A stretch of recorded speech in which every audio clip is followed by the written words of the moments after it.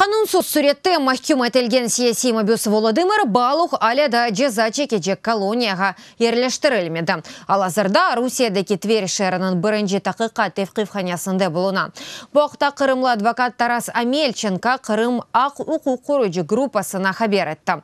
Адвокат ве ақ уқу қорыжылардың мәліматына көре саяси мобюс таражок шәрінің дортын жұтузету жазаханясыне йолланажақ.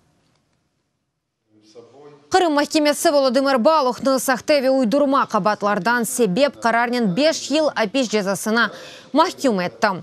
Русия федераль телекөсізлік қызметі Қырым сәкеніні патрон сақлап тұтувда ве тевқифханя ребераны ұрувда әсассыз қабатлыды. Балухның маясы ве оқу қоройжылар бұ Украина тарафдары олғаны үшін репрессиялар құрбаны олды деп тұшыне.